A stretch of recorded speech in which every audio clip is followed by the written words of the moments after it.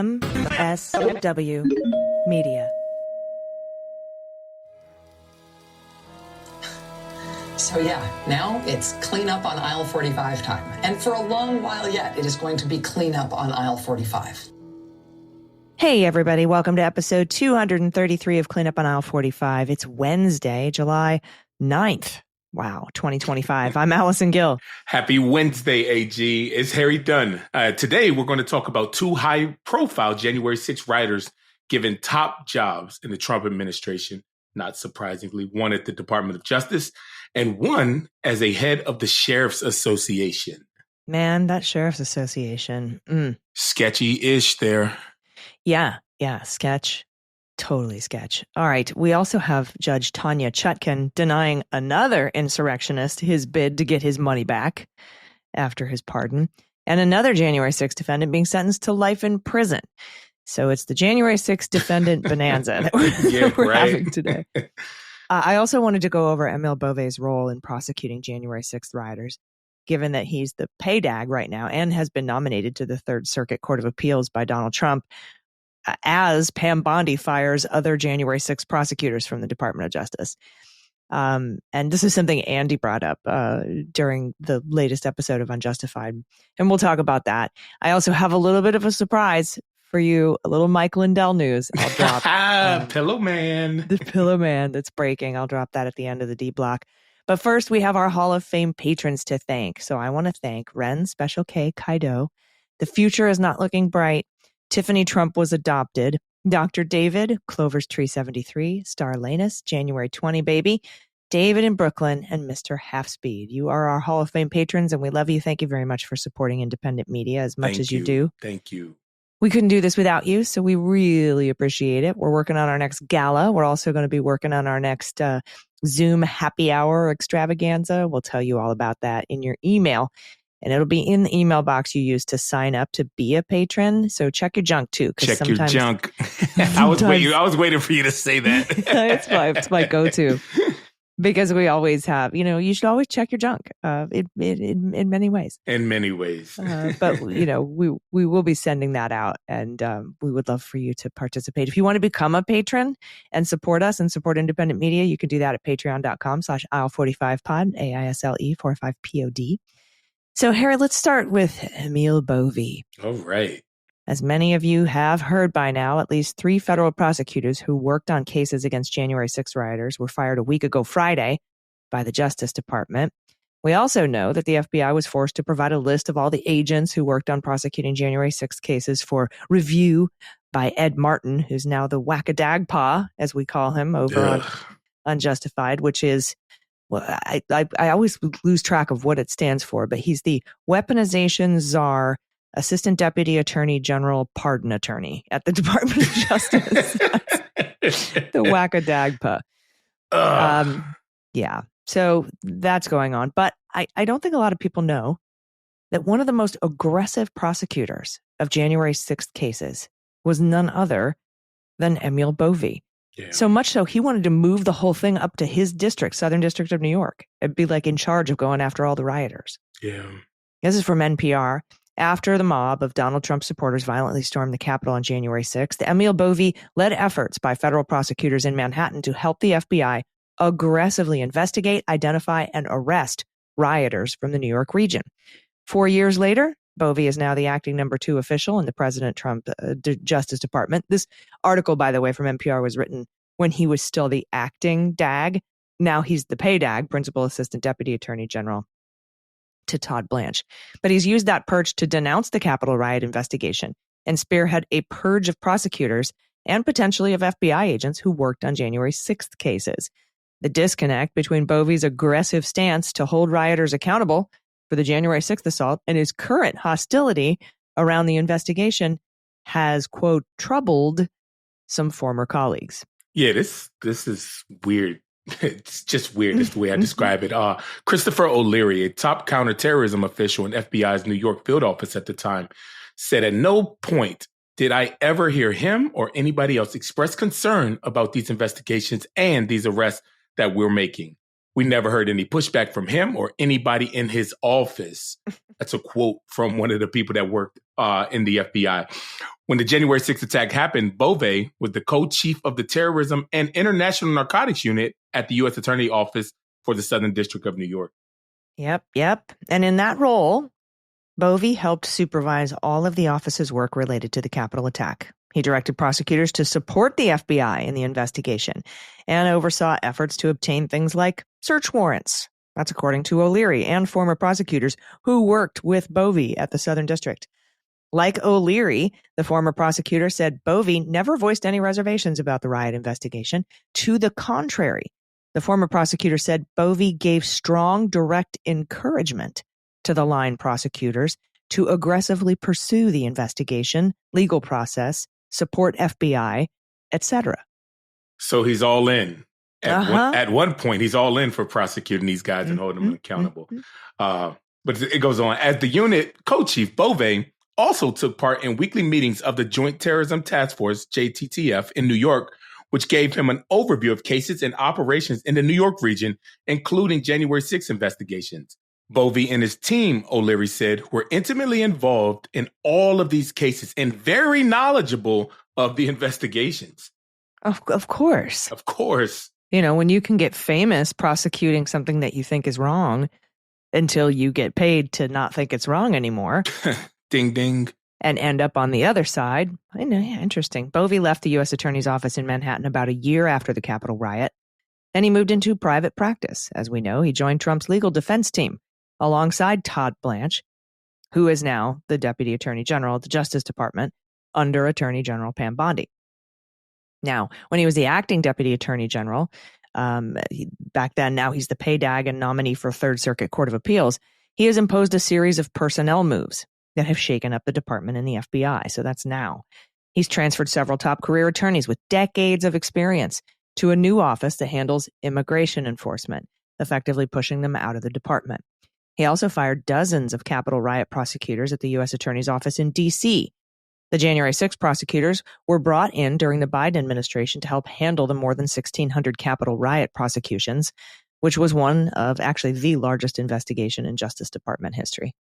Yeah, in a memo, Bove said hiring those prosecutors was a subversive step by the Biden administration and hampered the ability of the department to faithfully implement Trump's agenda.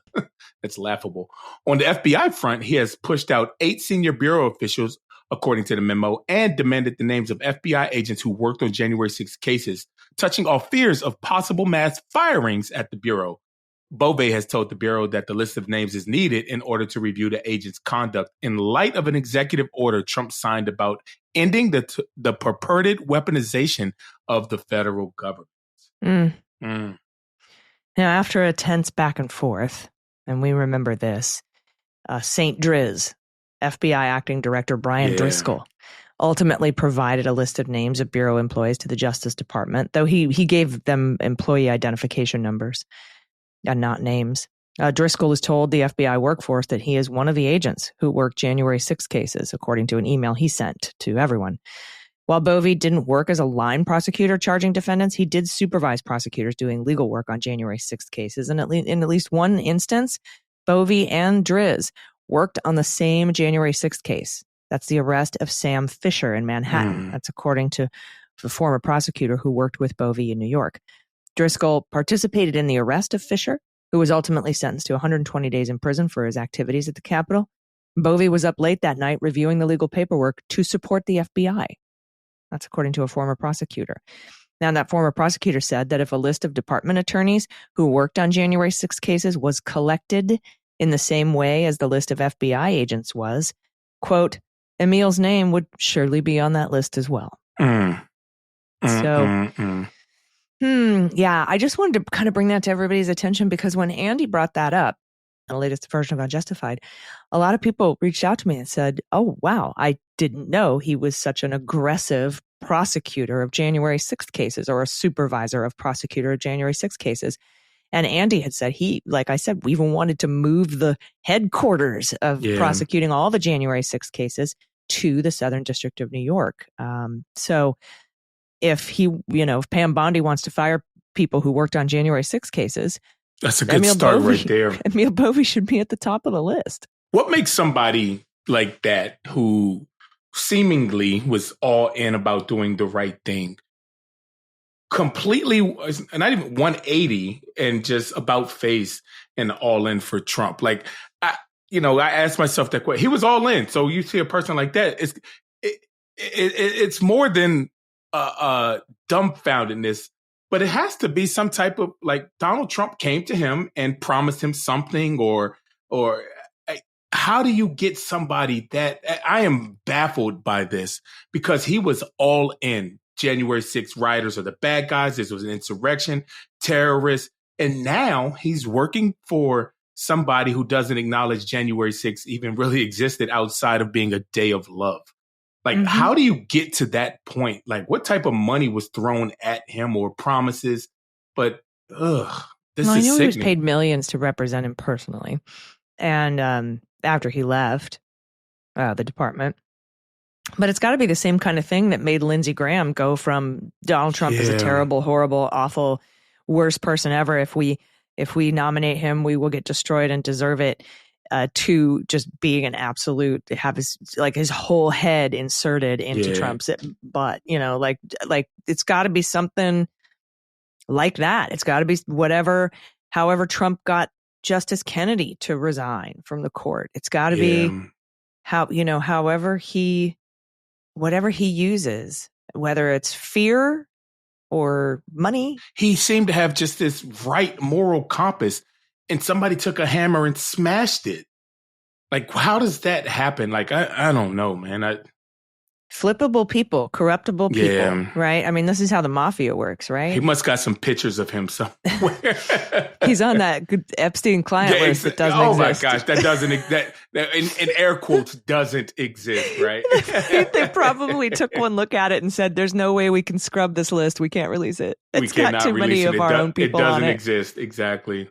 Oh my God. I mean, and now Elon Musk is like, where is he's like giving everybody a hard time, like tearing apart Pam Bondi and stuff. And honestly, paper tiger, like Elon Musk, it's you're all talk unless you actually just release the shit that you have. And don't try to tell me that you don't have all of the government files. You don't have access to all the government computers. I know you do. You got it when you was at Doge, my friend. Right. So, he claims to know stuff about, when the first Trump feud happened with Musk. Yeah. He claimed to know that Trump was involved in the Epstein files. It's, you know what? Say what you know, or shut up. Or shut up. Okay, just go away. Yeah. Now he's trying to make his own political party. This guy's a train wreck, but anyway, sure. Siphon votes off from the Republicans, please. I'm all for that. Well, who knows? We'll see what ends up happening with Musk and all of his money backing this third party. We took care of him in short order in Wisconsin. Yeah. But here's hoping people power can overcome. Listen, if I said this, I posted this. I was like, man, listen, if Musk wants to take out MAGA, we'll help him. We're all for it. No, not help him. We'll do it. We'll do the work. We'll get rid of MAGA for you. However, just don't interfere financially in the elections. Like, don't try to buy elections. Give that money to Ukraine, and we'll take care of MAGA here. So get your ass out. There's so much he could do. I'm never going to support him. He's a fucking Nazi. But excuse my language. I'm not supposed to swear. Oh yeah, he's terrible. He's terrible. I'm not going to do any favors for him. But just get the hell out of this. We'll take care of MAGA. Just leave our elections alone, dude. With the Hegseth stopping sharing weather data from our Navy satellites. Unbelievable.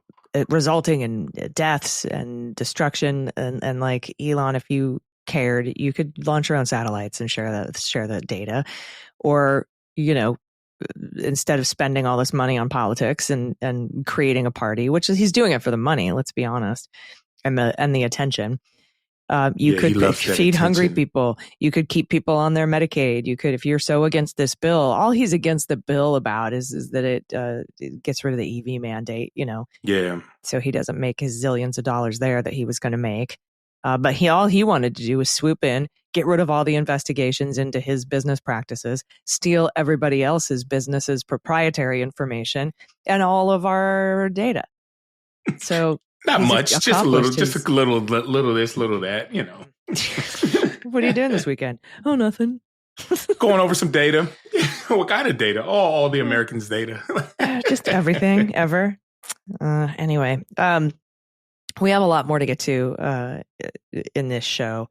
We're going to cover a talking points memo story about a guy being sworn in as the National Sheriff's Association president, who was also at the Capitol on January 6th. But we have to take a quick break, so everybody stick around. We'll be right back.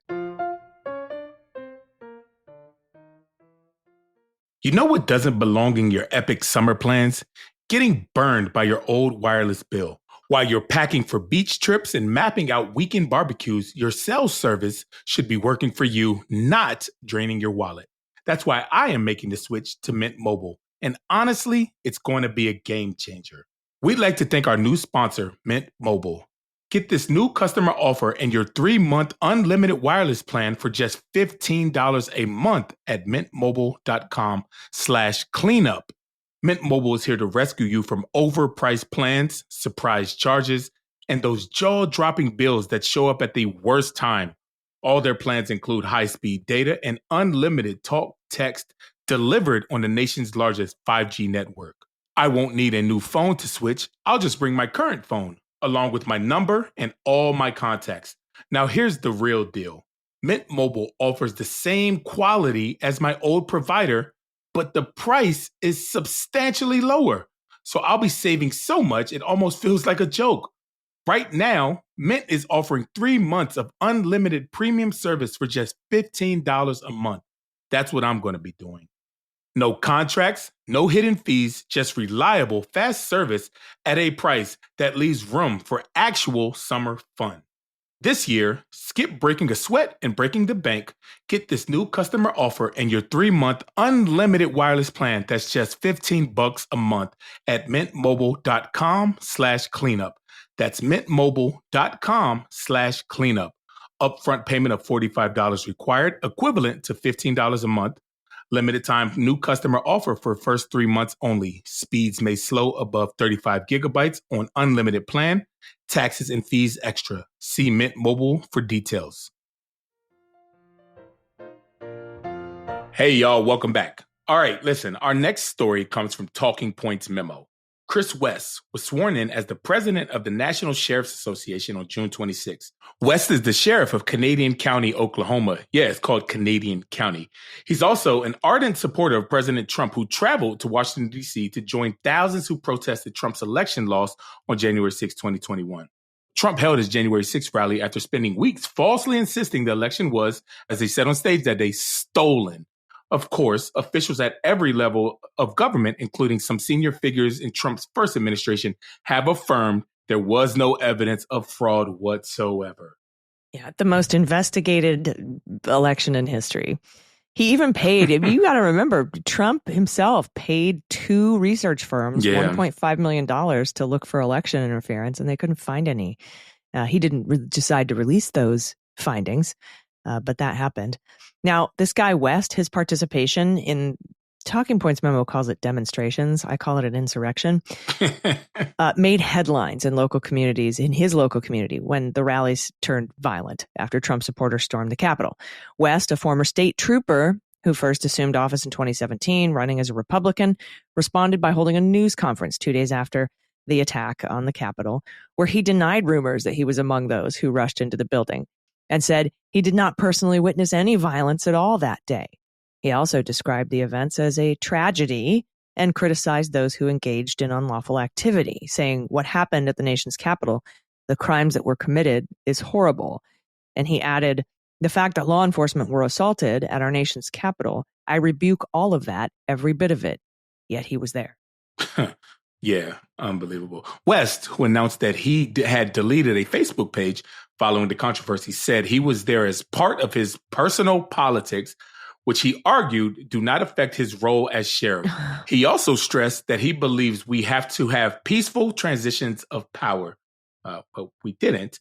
In the years since he traveled to Washington for the January 6th insurrection, West has apparently returned to Facebook, and in posts on the social media site, West has echoed Trump's false claims about the 2020 election. Yeah, so this guy's just trying to have it both ways, right? Yep. There's one Facebook page linked on West's official campaign website, and that page, which is titled Re-elect Chris West for Sheriff 2024, there's multiple posts from a personal account for West where he has weighed in on Trump, the 2020 election, and January 6th. On November 2nd, 2021, nearly a year after the president lost his first re-election bid, West posted a photo that appeared to show Air Force One at a Trump campaign rally alongside a caption saying, "What winning looks like." A friend responded with a post that said, "Trump 2024. West countered with a message indicating he wasn't focused on Trump's next campaign because he seemed to believe that Trump was still the legitimate commander-in-chief. He's currently our president. We all know that. That's what West wrote. The idea that Trump was somehow still president after losing in 2020 was popular among conspiracy theorists during the administration of his successor, President Joe Biden. West echoed that message again in a post on January 31st, 2024, where he shared a prediction for that year's presidential race. Trump wins it all. Take it to the bank, 45, 46, 47 in exclamation points. The numbers cited by West appear to be another echo of the conspiratorial narrative Trump was actually president throughout his first term, the current one, and in the 4 years after he lost and was out of office. Unbelievable. Now, this year, with Trump actually back in office, West was apparently back in D.C. as well. He posed for a picture in front of the Capitol building and shared it on Facebook on February 6th with a note that said, "Donald Trump is taking the people's Capitol back." One of his friends on the site weighed in with a pair of comments in which the person suggested that FBI agents and others who were involved in investigating the criminal cases against Trump and the people who stormed the Capitol should now face prosecution. Quote, "Trump is on a roll to get this country right. Now we need DAs and AGs to start aggressively prosecuting the criminal cops under 18 USC 242, the person said in one comment before adding another 4 minutes later, quote, "All the FBI agents involved in January 6th and the Trump prosecutions should face this. So should the ATF agents for the raids and murders of innocent firearm owners." What happened to that? Don't know about that one. Apparently, West liked that message about the criminal cops. And Talking Points memo reached out to West on Tuesday morning to ask about his commentary, including his apparent support for the idea that other law enforcement officers should be prosecuted. TPM made multiple requests that detailed the content in some of his specific social media posts. And West didn't respond, but after Talking Points memo reached out, his post declaring Trump president 45, 46, and 47 was deleted. Now, West and West and his presence in D.C. on January 6th was previously cited by the Post as an example of a recent trend of extremist right-wing politics among sheriffs nationwide, including those involved in the so-called constitutional sheriffs movement. Jessica Pishko, a lawyer and author who has written extensively on sheriffs and their political influence, also referred to West in her 2024 book, quote, "The Highest Law in the Land: How the Unchecked Power of Sheriffs Threatens Democracy." Now, after West was sworn in as president of the National Sheriff's Association, Pishko took note of the event and West's association with January 6th on her social media site. Yeah, in a conversation with TPM on Tuesday, Pishko described the National Sheriff Association as, in essence, kind of the only national sheriff group. She said the organization had fielded calls to censure West after his attendance at the January 6th insurrection made headlines.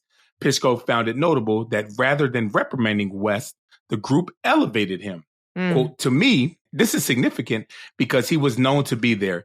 It was news that he was there, but rather than do anything to censure him or suggest he shouldn't be in leadership, the NSA obviously did the opposite," Pishko said.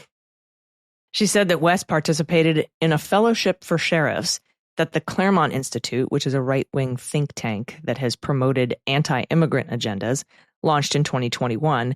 The group's webpage indicates the fellowship program teaches sheriffs about militant progressivism and multiculturalism. What? Pishko believes the National Sheriff's Association has recently moved away from older leaders who were aligned with an earlier strain of Republican politics and toward figures like West, who are aligned with Trump's MAGA movement and a more radical right-wing agenda. She cited the Claremont Institute as a major driver of that phenomenon. Quote, "A few other Claremont Sheriff Fellows and the other kind of constitutional-style sheriffs are on a National Sheriff's Association leadership roles. So, like, this kind of thing is an ongoing issue, she said. The Claremont Sheriff Fellowship is taught by people who are now promoting ending birthright citizenship. They back zero immigration, so like deporting everyone who's an immigrant. The influence of the Claremont Institute right now is pretty high, and they have taught law enforcement to be like really, really far to the right. That's frightening. That is frightening. Both the National Sheriff's Association and Claremont have connected sheriffs with Trump administration figures like FBI Director Kash Patel, White House Deputy Chief of Staff Stephen Miller, and Acting ICE Director Tom Homan, who are eager to have them cooperate with federal efforts to stage mass deportations and crack down on protests. Quote, people like Tom Homan and Stephen Miller have been, in the last 4 years, also communicating with the sheriffs, she said.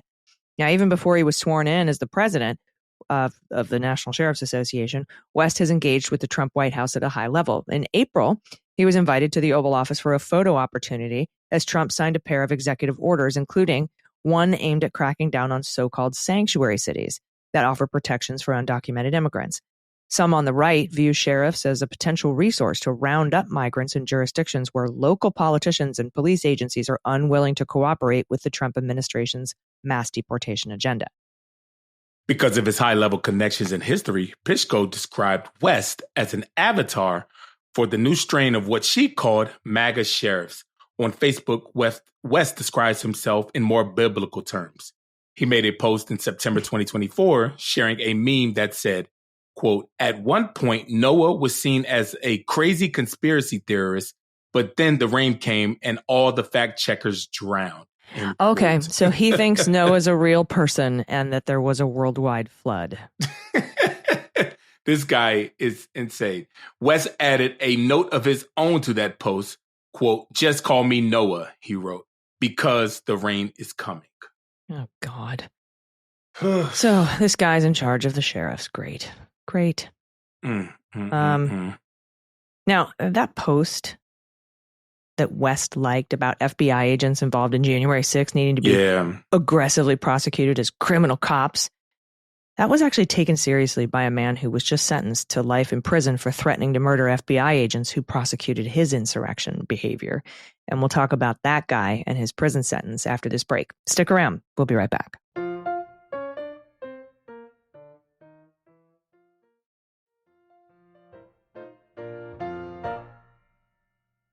Hey, everybody, welcome back. Our next story comes from NBC. A January 6th defendant who plotted to murder FBI special agents who investigated him over his actions at the Capitol was sentenced to life in prison on Wednesday. Edward Kelly was convicted in November of conspiracy to murder employees of the United States, solicitation to commit a crime of violence, and influencing or retaliating against federal officials by threat. President Trump pardoned Kelly alongside roughly 1,500 other January 6 defendants in January. Yeah, U.S. District Judge Thomas A. Varlin imposed the sentence on Wednesday during a hearing in Knoxville, Tennessee. Kelly's team argued that Trump's pardon should apply to his conduct in the murder plot. What? While the Justice Department had argued that the pardon should apply to separate gun cases against other January 6 defendants, they said the pardon did not apply to Kelly's conduct. A federal judge ruled that Trump's pardon did not apply to the murder plot. Still, inconsistency is weird. They're like, well, for murder plots, yes, but not for child pornography and having guns or domestic violence. No. Federal prosecutors sought life in prison, calling him remorseless and writing he had shown neither a capacity nor desire to rehabilitate. Quote, on the contrary, Kelly not only believes the actions for which he was convicted were justified, but that his duty as a self-styled patriot compelled him to target East Tennessee law enforcement for assassination. That's what federal prosecutors wrote in his sentencing memo. Yeah. Kelly, prosecutors wrote, committed crimes that are serious, violent, and all designed to achieve the same end, the murder of federal, state, and local law enforcement. Isn't that what the January 6th rioters did? That's exactly what they did. But they pardoned them. Kelly, this is quote, formed a self-styled militia to attack the FBI and conducted combat drills to realize his plan, they wrote. He strategized ways to bomb the FBI Knoxville office and identified a, quote, hornet's nest at which to store his various weapons at arm's reach. Kelly also devised a kill list of individual agents to be targeted and then gave the go-ahead command to start it to his Confederates, noting that every hit has to hurt. Yikes. Now, Kelly's lawyer wrote that, quote, no individual was directly threatened with harm or violence by Kelly and no one was injured. That's Kelly's lawyers.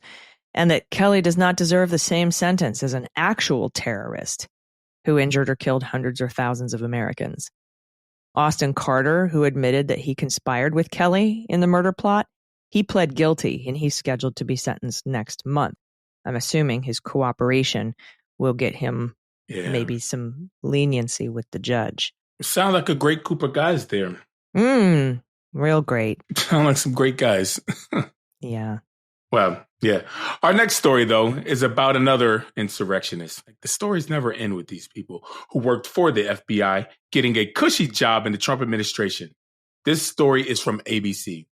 A former FBI agent who was charged with joining the mob's attack on U.S. Capitol Police and other D.C. police and cheering on rioters is now working as an advisor to the Justice Department official overseeing its weaponization working group, which is examining President Donald Trump's claims of anti-conservative bias inside the department. The former FBI supervisory agent, his name is Jared Wise, is serving as a counselor to Justice Department pardon attorney. They call him a pardon attorney. I call him the wackadagpa, Ed Martin. I like that one better. Who also serves as director of the working group, according to a person familiar with the matter. And he's also an ADAG. Don't forget the middle of his wackadagpa title. This person, by the way, who was talking to ABC is not authorized to publicly disclose personnel matters. They spoke on the condition of anonymity. A department spokesperson declined to comment. New York Times was the first to report on Wise's appointment. And we covered that on the latest episode of the Unjustified podcast, too. I'll kind of give a little quick shout out to people that are breaking these stories when they're not supposed to. It's dangerous.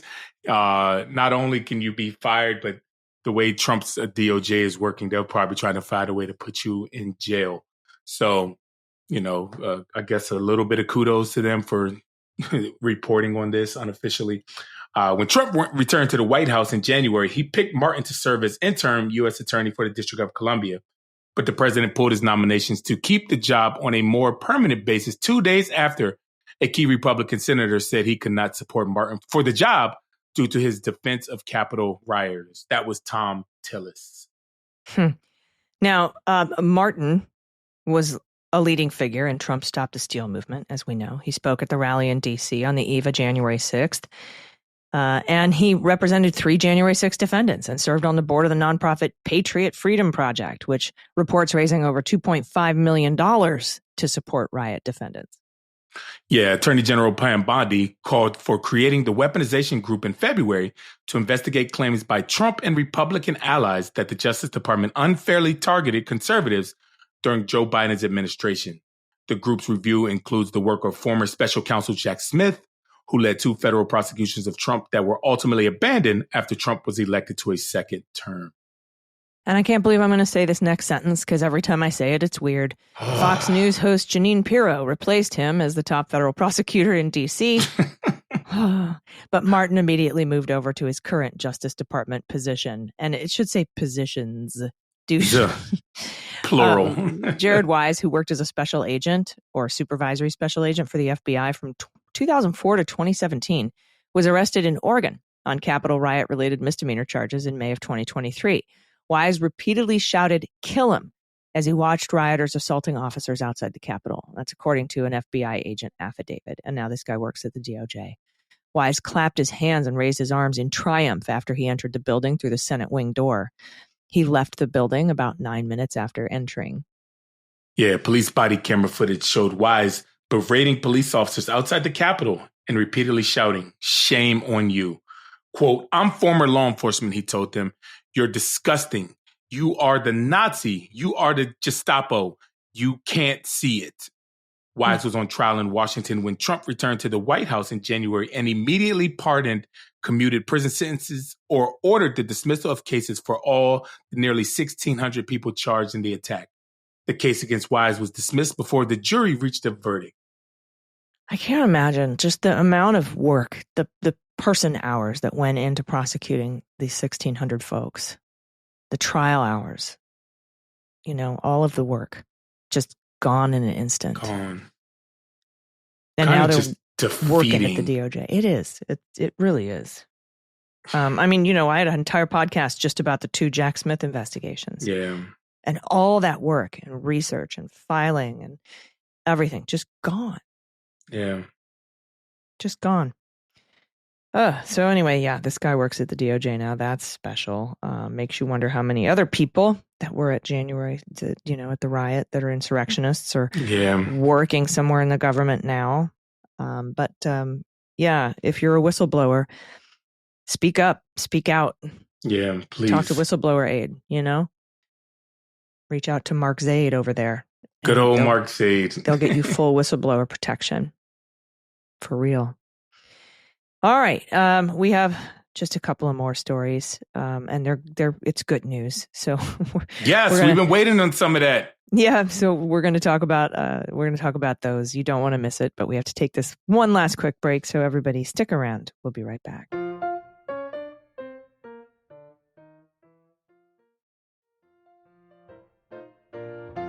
All right, y'all, welcome back. All right, we have one final story for you today, and it comes directly from a ruling issued by Judge Chutkan in the D.C. District Court. Judge Chutkan writes, on February 25th, 2022, the government charged Stacey Wade Hager with 4 misdemeanors for his conduct at the U.S. Capitol on January 6th. On April 4th, 2023, after a 2-day bench trial, this court found Hager guilty of count 1, entering and remaining inside a restricted building or grounds, count 2, disorderly and disruptive conduct in a restricted building or grounds, count 3, disorderly conduct in a Capitol building, and count 4, parading, demonstrating, or picketing in a Capitol building. Yeah, guilty on all 4 counts. And a bench trial, by the way, which means there's no jury. The defendant, the person who's going on trial, can waive their right to a jury and ask for a bench trial.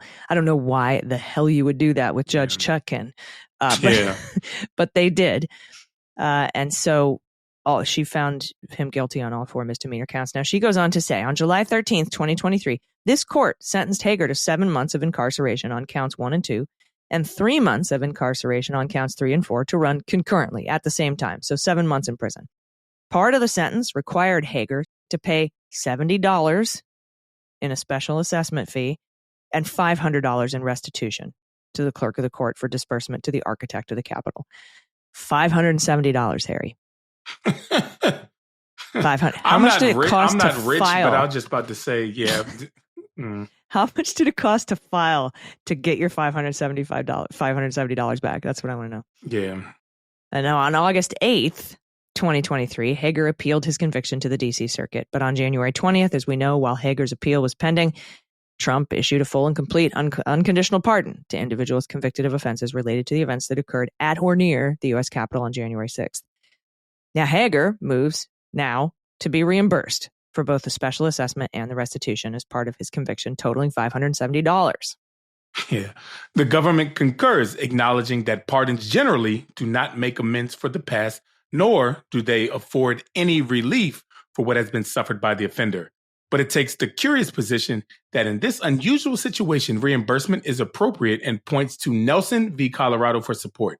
There, the Supreme Court held that when a criminal conviction is invalidated by a reviewing court and no retrial will occur, the state is obliged to refund fees, court costs, and restitution exacted from the defendant upon as the consequence of the conviction. Now, she goes on to say, same as all these other judges, she says at least 3 other judges in this district have denied similar motions where defendants sought reimbursement for fines and fees associated with their now pardoned criminal convictions. All the judges agree that Note v. United States, rather than Nelson, controls. In Note, the Supreme Court made clear that a pardoned individual is not entitled to payments that have already been deposited into the United States Treasury, absent congressional authorization to withdraw the funds. So you guys can all go maybe petition your members of Congress to pass a bill if you want. If Trump really cared about you, he might have thrown it in the budget there. I'm sure the parliamentarian would have kicked it out. But she goes on to say, therefore, this court lacks the authority to order the architect of the Capitol to refund Hager's $570. And I like how she says, no, you're stupid. She doesn't say no. She says, I don't have the authority. That's Congress. Separation of powers, right? I love it. So she says, accordingly, Hager's motion for reimbursement and fees and restitution is denied. Hey, speaking of the architect of the Capitol, how's your lawsuit going to get the January 6th plaque honoring the officers that day hung up in the Capitol, as required by law, by the way? As required by law. Yeah, no, we filed a response to the intervention made by two separate January 6th rioters that day, almost saying that they don't have any standing for this. Like, this isn't changing the law. This is enforcing the law. That's always, they want to change the law. They want to change the language and say honor them. So they don't really have any standing, because kind of what Judge Chutkan just said, go to Congress and get them to change the law. Exactly. Put the plaque up or pass a law. Or pass a law saying we're not. Like one of the two, but you can't have it both ways. But yeah, it's quick and light right along. And, as many of you on, I know you know this, Allison, court cases take a long time. But I'm in it and I ain't going nowhere. And I will see this all the way through until that plaque is hanging up. So Good. So here's the little. I'm about to say, you got something for us, don't you? I do. Mike Lindell's attorneys have been fined for using AI during his defamation trial. Here's the thing. And this is how Westward reports it. The pillow fight still isn't over. This morning, great. July 7th, Judge Nina Wang ordered two attorneys representing MyPillow CEO Lindell in his recent defamation trial to pay a $3,000 fine for filing an error-riddled document produced by artificial intelligence. The filing was made in opposition to a motion in limine, which is a document asking the judge to exclude certain evidence or arguments from the jury. Lindell's trial, brought by Dominion Voting Systems executive Eric Coomer, concluded in mid-June, with Lindell and his media platform Frank Speech being held liable for several instances of defamation. Though the judgment was nowhere near what Coomer and his attorneys were asking for, they wanted $63 million, he got $2.3 million. Wang's order fining Lindell's lead counsel, Christopher Kakarov, maybe I'm saying that right, don't really care if I'm not, and co-counsel Jennifer DeMaster, comes after the judge ordered them to explain, remember the show cause? Explain how your filing of nearly 30 defective citations slipped past you. The case citations in their filing were just made up. Okay. Now, according to Wang's order, Kakarov and DeMaster claimed they'd accidentally filed a previous draft. However, Wang didn't buy it. The judge was like, no, and didn't like the attitude displayed by Lindell's lawyers. And can't be wrong and have an attitude. Yeah, like, just say you're sorry. Jeez. Wang writes that Kakarov's response has, quote, a puzzlingly defiant tone and tenor, and notes that Mr. Kakarov's attempt to shift responsibility for counsel's failure to properly review the file, defendant's opposition, is both troubling and not well taken. In other words, what the shit? Don't fucking talk to me like that, bro. That's judge speak for. That is judge speak for that. Absolutely. Yeah. Who are you talking to like that? Who do you think you're talking to? The judge busts Kakarov's assertion that, quote, I didn't understand what was going on because my co-counsel and I had not relied on AI legal research, pointing out that DeMaster contradicted that statement. The other lawyer contradicted that statement in an email, worrying about the reliability of AI citations. You lie.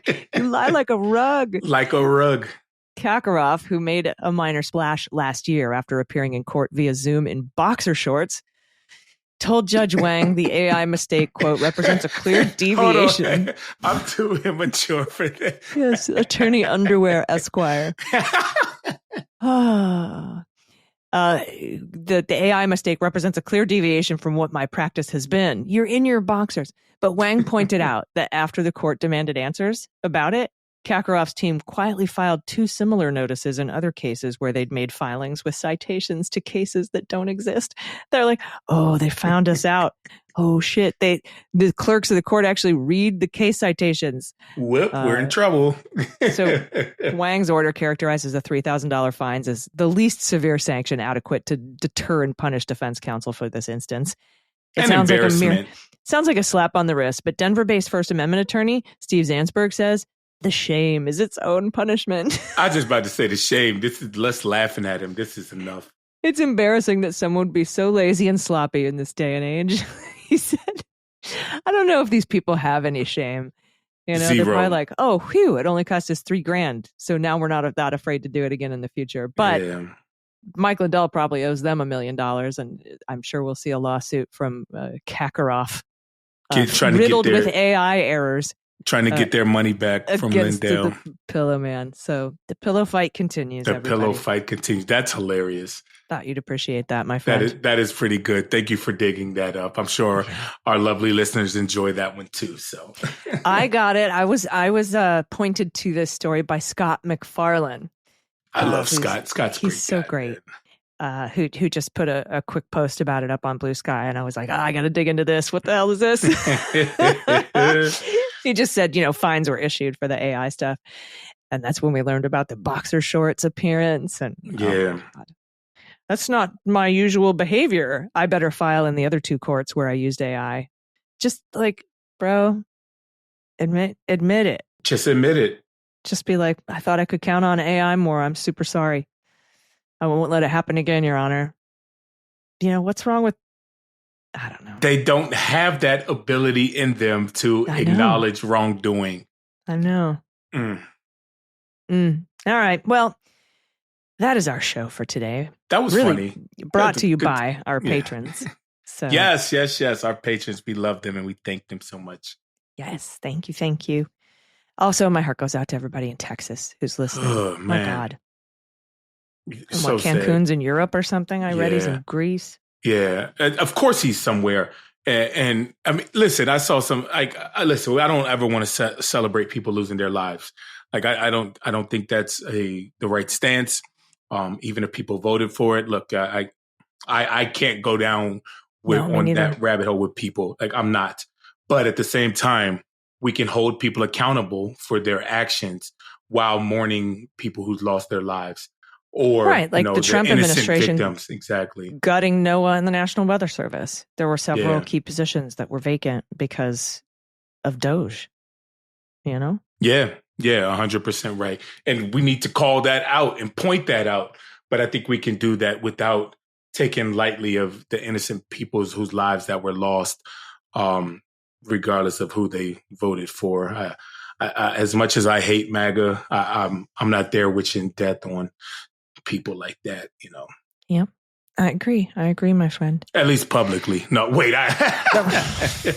Ayo. That was a joke. I know.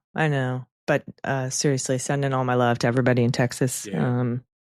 I mean, that's all we want. That's all Democrats want, is for everybody to not be flooded, not die, have FEMA, have their Medicaid, have their benefits, have health care, have living wages. That's all we want. You could hate us as much as you want.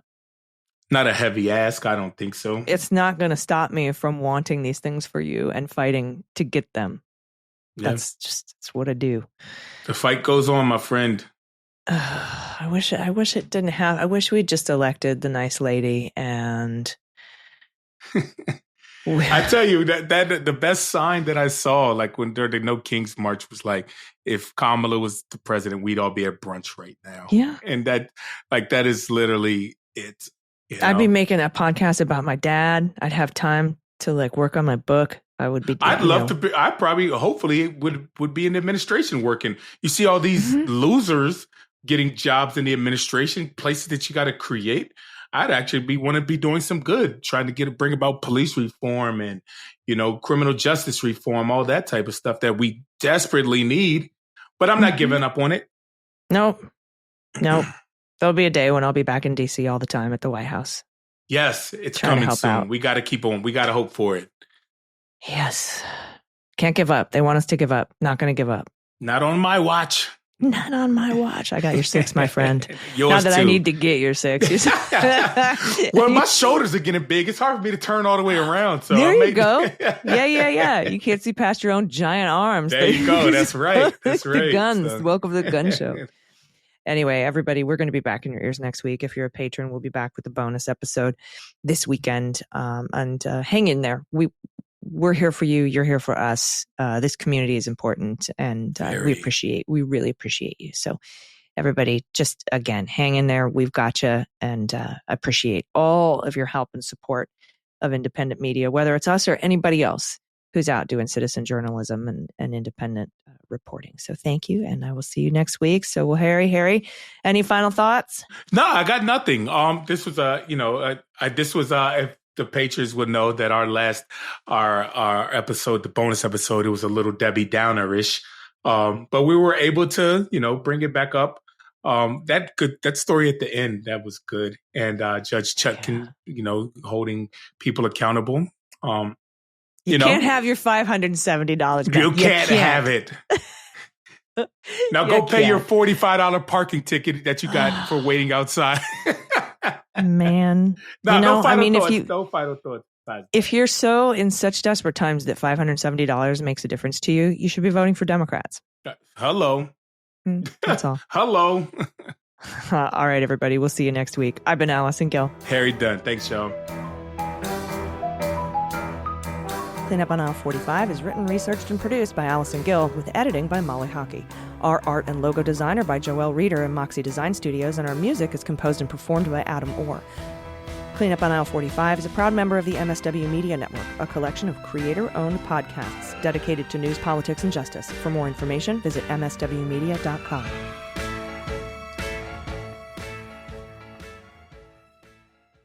MSW Media.